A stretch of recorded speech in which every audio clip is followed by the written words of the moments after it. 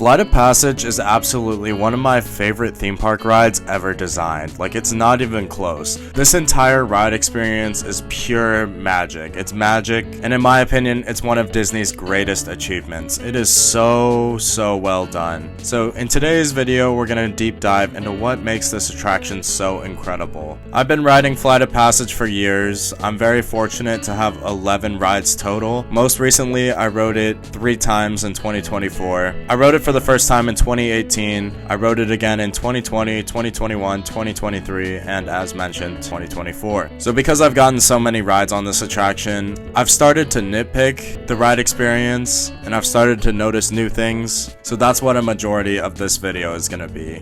This might be one of the most emotional ride experiences you can have in any theme park, and I feel like that's part of the reason why it's so incredible. And obviously, the more you experience something, the less impact it's gonna have, and that includes the emotions on Flight of Passage. So that's kind of a me problem instead of a ride problem. But we're gonna dig into every aspect in this video. Before we get started, please like this video, please leave a comment down below. Let me know what you think of Flight of Passage. A few people have called it overrated in some of my comment sections, and every time I'm like appalled because this is like one of my favorite rides ever. I'm not kidding. And if you know me, you know I'm not afraid to call out a ride as being overrated. Radiator Springs Race. And in my opinion, Flight of Passage is absolutely not overrated. But anyway, please subscribe to this YouTube channel as well. We have over 20,000 returning viewers every single month, and we're nowhere near 20,000 subscribers. So if you've watched more than one video, please consider subscribing. I would greatly appreciate your support. So Avatar Flight of Passage opened in 2017 along with the rest of Pandora, the world of Avatar. Pandora is hands down one of the greatest theme park lands ever designed. It's probably my favorite. What I value in theme park lands are kinetic energy and nature. Obviously, nature plays a major role in most of Animal Kingdom, soon to be all of Animal Kingdom, and it's really well integrated in the Avatar land in this park. I know a lot of people were hesitant when Disney first announced that Avatar was coming to Animal Kingdom, but I think it flows very naturally. Pandora is very much separate from the rest of the park, and even just walking from Africa to Pandora, it doesn't feel like that much of a leap in terms of atmosphere and theming. Like, obviously Pandora is much more fantastical. The floating mountains might be one of the most impressive theme park structures of all time. It's beautiful. The structure is huge, and it looks like they're floating. It's absolutely magical.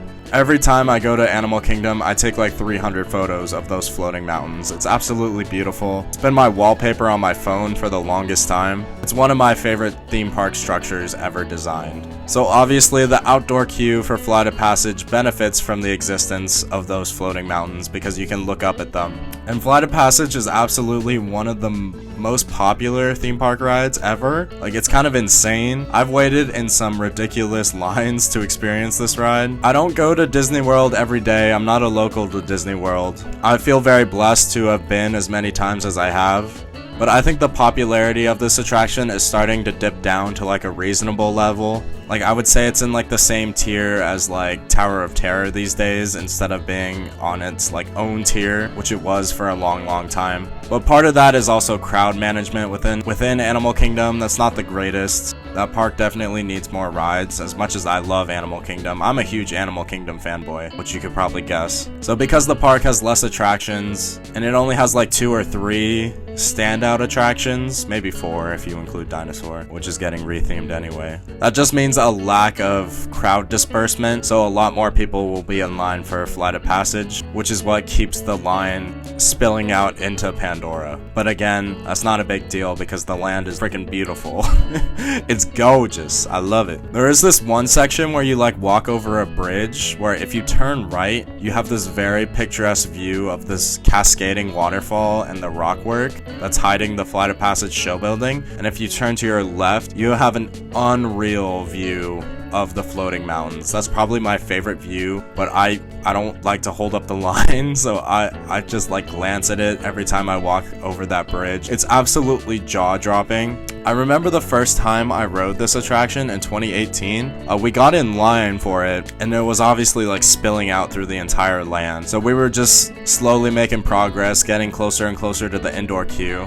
and then we passed that bridge, and then it was like traffic. After we passed the bridge, we were just walking normally for like a good 2 or 3 minutes. Like, that bridge was holding up the line. I don't know if that still happens these days. It might happen in the early morning during rope drop and stuff, but in terms of like normal standby waits, I haven't seen that happen since. So in terms of the indoor queue, it's gonna start with like these caves, and then you're gonna work your way through like this bioluminescent section, and then the further you go, you're gonna be in like labs. So it kind of feels like the further you go through the queue, the worse and worse it gets. Like, the end of the indoor queue feels very sterile, which is not as pleasant to wait in. Like, obviously the indoor queue is air conditioned, which I appreciate as a fragile Californian, but I would rather look at the cave rock work than the concrete ramps at the end of the queue.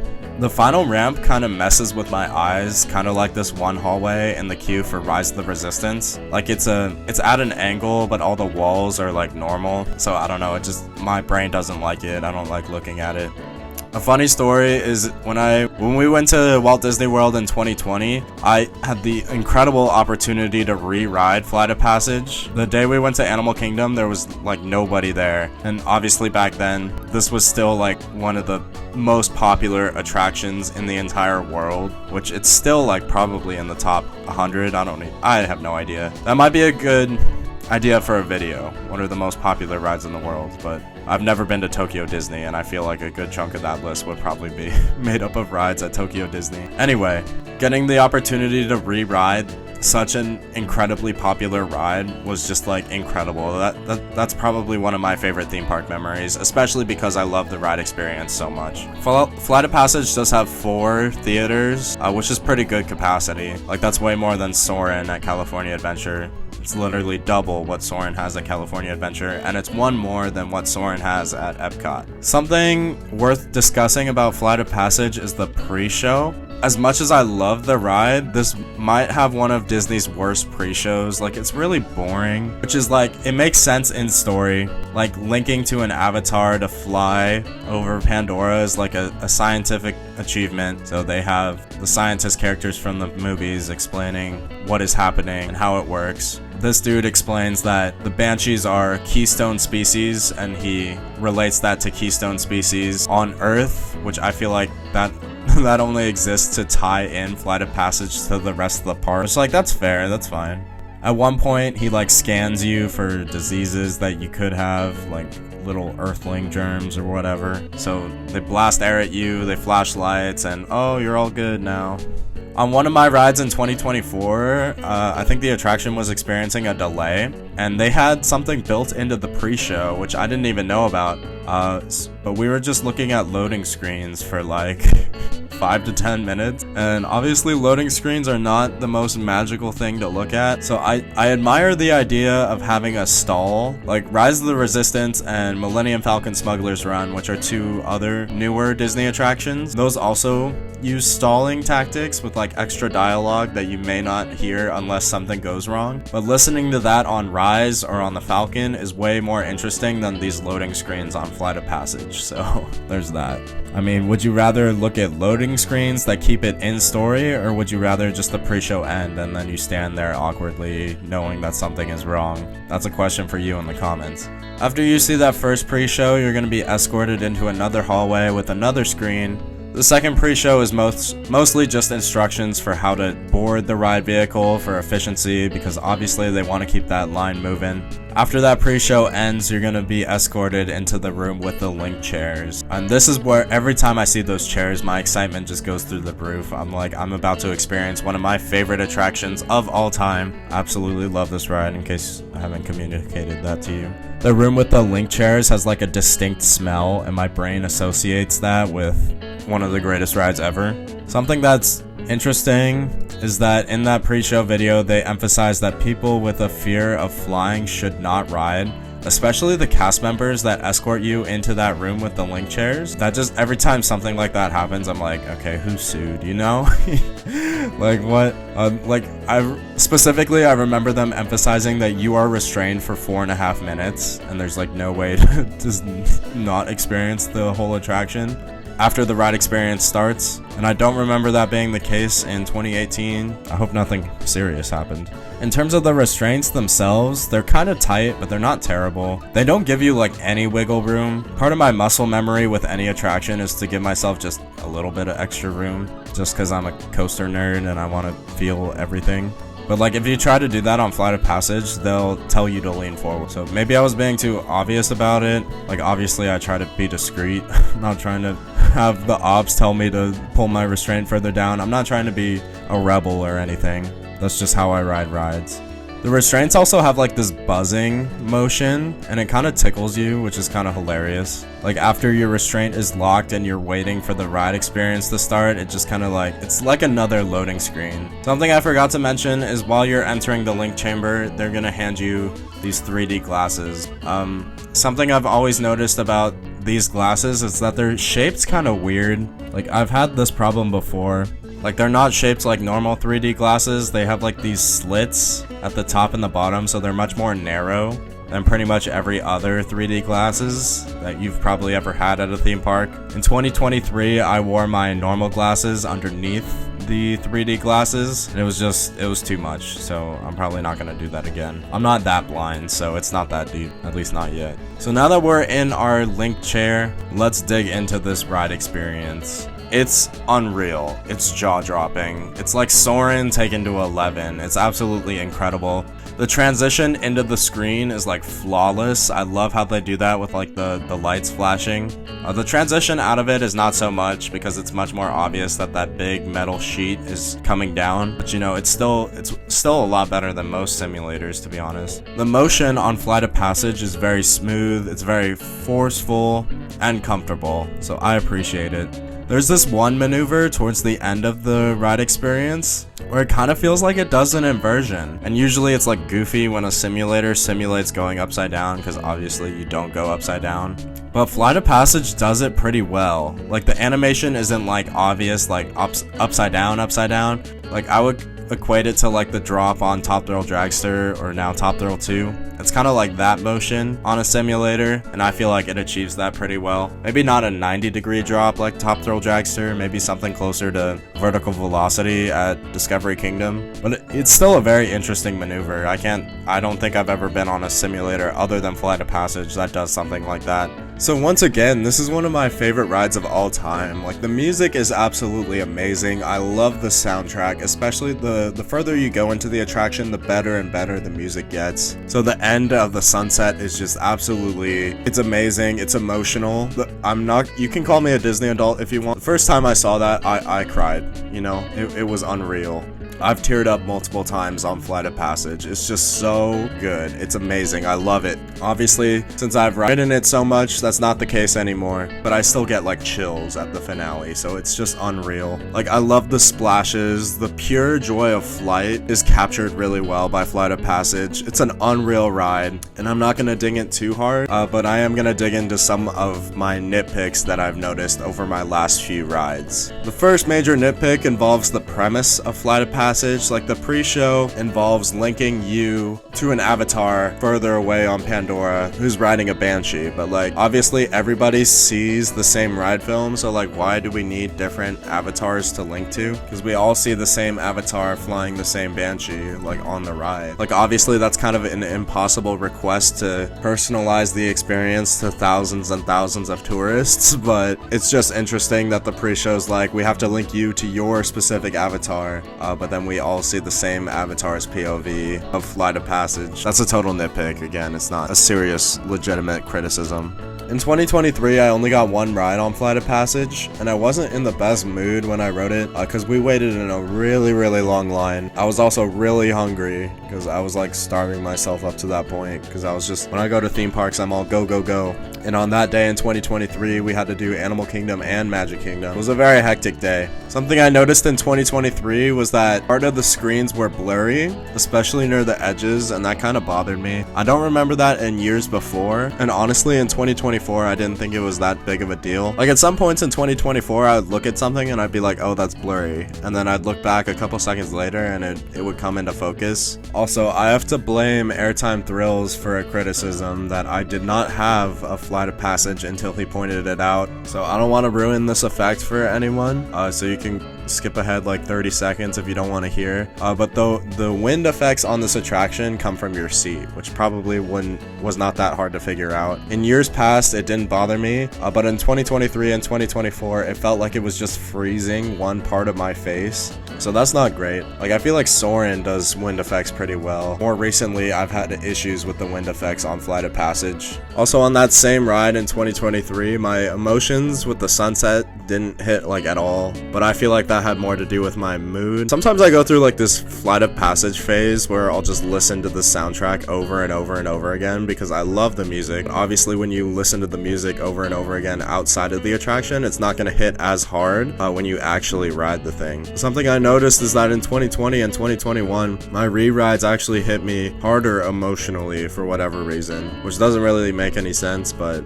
I don't know, maybe the Florida humidity just wears me down, and then I hear that music again and I'm just like, this is the greatest ride I've ever been on. But overall, some of the images are less sharp than I remember, but also my eyesight has gotten worse over the years, if I'm being completely honest. But like I said, in 2023, I wore my glasses underneath my 3D glasses, and that's when I really noticed that. I've seen a few other people have the same complaints online, so that makes me think I'm not delusional. I'd be surprised if Flight of Passage has ever had a refurb, because it's one of Animal Kingdom's headlining attractions, and that park has like 3 rides. So if Flight of Passage goes down for refurb, there's like no reason to go to Animal Kingdom for a lot of people. I mean, upgrading the projections or like maintaining them shouldn't need a full refurb. Like, hopefully they can do that like overnight, or maybe during the off season they can close one theater at a time. I don't know. So let's dig into some highlights from the ride film. At one point there's this massive wave and the Banshee kind of surfs along it. You have some water effects when that happens, so you get misted. And then at the very end, before you go back into rock work from Pandora, you go past this like massive wave, and that's another big moment of water effects, obviously. So that's a pretty magical moment. Right after that, you confront another Banshee, and that's a quick little action sequence where he's like kind of attacking you, which is fun. And then one of the most iconic moments of Flight of Passage is this little break where you like the music starts to kick in. Banshee is like catching its breath, and you can feel it breathing, which is unreal. That's so cool. It's so magical. It's a really awesome, incredible moment, and it provides emotional diversity to a simulator attraction, which most simulators are all go, go, go like the entire time. So it's really awesome that this has a moment to like pause. It's a beautiful moment because the cave like comes to life with the bioluminescence, so it's just awesome. Another highlight of the ride film is the Top Thrill Dragster drop that I already mentioned. That's a really cool moment in the simulator. And then every time when it's getting closer and closer to the finale, I forget about this final drop right here. And they do a great job of simulating a drop. Sometimes simulators, like, the drops are like corny because it's like the animation is way faster than what you could ever experience on this type of ride system or similar types of ride systems. I think of Transformers and Spider-Man at Universal. The drop animations on those rides is just cheesy, but the drop animations on Flight of Passage are realistic, and it feels like you're actually experiencing what you're seeing on screen. And then obviously, my favorite moment of the ride film is the final sunset. It's beautiful, the music is powerful. You should listen to the Flight of Passage music if you've never been on it. Or maybe you shouldn't, just save it until you ride the ride. But after the sunset, the wall comes back down, the simulator locks in place, and you are set free.